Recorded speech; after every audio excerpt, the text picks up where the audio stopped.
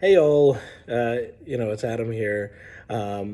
Just wanted to say, I've had a lot of people reach out to me who, they're not happy with their current situation, which, I think a lot of people should realize situations are evolving constantly.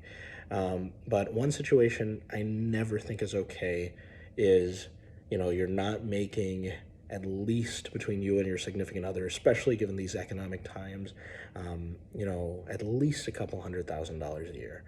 And, some of you are thinking, I'm earning 60,000, 80,000, 120, $150,000. How do I get there? The thing is, business really is for most people the clear cut solution. Unless you work for a great company, some staffing companies that, you're making seven figures a year. Which not everyone is. But unless you're working a job that you're making 500-600K a year, 1.2, $1.5 million a year, I really do believe everyone should go into business. Um, Not just to work for yourself, but to keep a lot of the profits that might be going through your fingers, whether you're an accountant, you're part of a sales organization, anything like that. It just makes sense that especially the larger the company, the less you're getting paid compared to your actual work. um, you know Consultants, if I look at your average consultant working at great companies like Deloitte, Boston Consulting Group, McKinney, Booz Allen, great companies. I think these are great companies. But on a 10-year project, a 10-week project, you're making 100, let's just say you're making $120,000 a year. On a 10-week project, they're probably charging three times more, if not five times more, than they're billing for you. And that's, imagine if you made three to five times more. Imagine what life would be like. But so this is how to make a smooth and successful transition from working to running your business. I look at the founder of Wendy's, which is a perfect example. He worked at a deli, making the equivalent now of $32,000 a year, which, by the way, we never judge somebody based on what they're making now, but we judge people based on what they have the potential to, and are they living up to their potential. So, never just think about just doing what you're doing now. Always try to be more successful. I try to do that every day.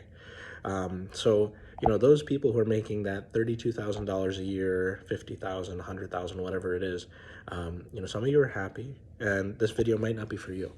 But, the reality is cost of living is increasing. The ability to afford a house might be getting tougher. The ability to retire is getting harder. So sometimes it makes sense where, we don't want to work forever. I don't know about you. I don't think anyone should ever have to work till 65 unless they absolutely love what they do. Then you can continue, but you should never have to work until you're 65 or 70 or older. And you should set things on your own terms. Only way to set your own terms is by running your own business. Unless you're earning seven figures off a job, you need to go into business. The Wendy's founder, his thing, which I don't know if people can do this now, but if you can, that's great. That's fantastic. I love what you guys can do. He bought and created hot dog stands. He created 10 hot dog stands that were each making the equivalent of almost 100% of his income, $2,500 in today's dollars, per month. And, so one hot dog stand almost completely replaces income. That's great. But the thing is, what happens if your foot traffic decreases? There's competition. There's all sorts of things that you have to think about. Just what, like, any business you create, you don't want to just replace your income. You want to replace it multiple times, and that's how success becomes possible. You want to make sure that, if you're in a certain business, you want to make sure you can make 5 to 10 times what you do per month before you leave your job. If you're making $60,000 a year, if you're not making $30,000 a month, you really should be careful about going into business. I'm not saying you shouldn't go into business, but you really should be very careful because God forbid, that business only does well for a couple months, or there's a modification of revenue. That $30,000 a month. What if you're making $10,000 a month all of a sudden? And that's still better than if you're making $5,000 a month, but you want to think about that. So, any job you do, any business you do, work on the side, work your business on top of your 40 hours. There's 24 hours a day, I mean, Monday through Friday, that's 120 hours. Now, I'm a very big proponent of, you know, physical and mental health. I'm someone who worked so hard. I did develop some, neurological issues myself. So, I'm not saying that everyone should do what I did, where you're working 110 hours a week, 115, 120 hours a week. Clearly, that's not good, and I'm living proof of that. But, what I'd recommend is, take half that time. And I'm not saying just Monday through Friday, there's Saturdays and Sundays too. Don't forget about that. Take one of those days, a Saturday, a Sunday, put in an 8 hours into your business. Monday through Friday, put 4 hours a day. That's 20 hours a week, Monday through Friday, plus that extra eight. And all of a sudden you're putting 28 hours to start. That's not 40 extra hours, but, maybe you're only comfortable doing that. I mean, you've got a significant other, kids, and you have to pay attention to them too. Don't lose track of them. Family is important, and those are eggs that you don't want to be breaking, from someone who's seen people experience that. But, let's just say we're going to use that $60,000 income per year off your job, as an accountant, as a junior CPA, something like that. Maybe you're and be careful with non-competes. Non-competes don't really apply anymore, just so you know. Unless you're an executive, your non-compete probably doesn't apply. Now, you don't take anything from the business that you're working with. You don't want to, be taking anything. First of all, that's not right. Secondly, I don't think that's legal. Now, if you start your own business, let's just say you are a CPA, you are an accountant, and you're working on, these types of accounts, Goldman, or something like that. Don't take from that account. Start your own accounts. And eventually, maybe that 28 hours, instead of billing $30 an hour, which equals over $60,000 a year, maybe that one client equals $250 a month. $250 a month, and you can do that work in an hour, maybe an hour and a half, maybe 2 hours. 2 hours, it's not bad. But let's just say it takes an hour of work, for that $250 of work, give or take half an hour. All of a sudden, you have an hour where instead of making $30 an hour, you're making $250 an hour, or let's call it 240, so that it's that's 8 times more than you're making off your job. Now, you have one client. You want to quit your job? No. You want to maximize your time, right? You're making right now $60,000 a year, and one client, one client, you can, 1 hour equals $240. And we're just using this as an example. If that replaces 8 hours of income, 5 of those clients replace your entire income. Now, you don't stop there. Remember, just as I said, clients come and go, in any business. When I was working at a great company, Cross Country Healthcare, I was doing allied and I was doing allied staffing, and then I grew up the ranks, went to business development, was running my own business development sector at one point, and I was also growing my real estate business. One commission check, and I was doing consulting too. I was helping people with flipping.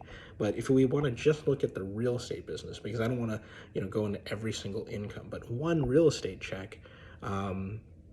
Let's just say I was earning, all in about $100,000 a year off my job. And, one real estate check off a $450,000 average property, was bringing in, about $9,000 after fees and everything, marketing. And I was making $100,000 a year, which is $8,300 per month. One check off real estate replaced 1 month's income. Now, that would be a little foolhardy to say you should leave your job. I at one point said, I might have looked at leaving too early. And that's not the right thing. One check a month, no one guarantees you're going to get that one check every single month. But if you're getting for, 3 to 6 months, 5 of those checks, 6 of those checks every single month. So that you're doing a volume of, let's call it, 60 transactions a year. Now you're doing, instead of $9,000 a month, you're doing, $450,000 a year. Now that's not completely 5 times your income, but that's pretty close, And, if you fall in volume, all of a sudden you're at $300,000 a year. That's still much higher than your $100,000. And then you can, once you go full time, that was doing, say, that 28 hours a week, 30 hours a week. Still put more time in, at least for a couple of years, where now you're growing the business even more. You're scaling. Maybe you have people who work for you. Maybe you have, for example, me, we expanded into, and we were already working on investments in real estate, but you don't know when you're going to exit, right? So all of a sudden we're building that portfolio. We're building multifamilies. We're scaling, from just me personally investing to all of a sudden, I'm bringing investors in, but now I have time to take care of them. All of a sudden, you're managing, in my industry, quite a bit of money. And then all of a sudden, making, $400,000 or $500,000 a year might not be what you're earning anymore, because now you have that extra time. You're putting that 40 hours plus that 28, you're putting 68, maybe you're putting 80 hours.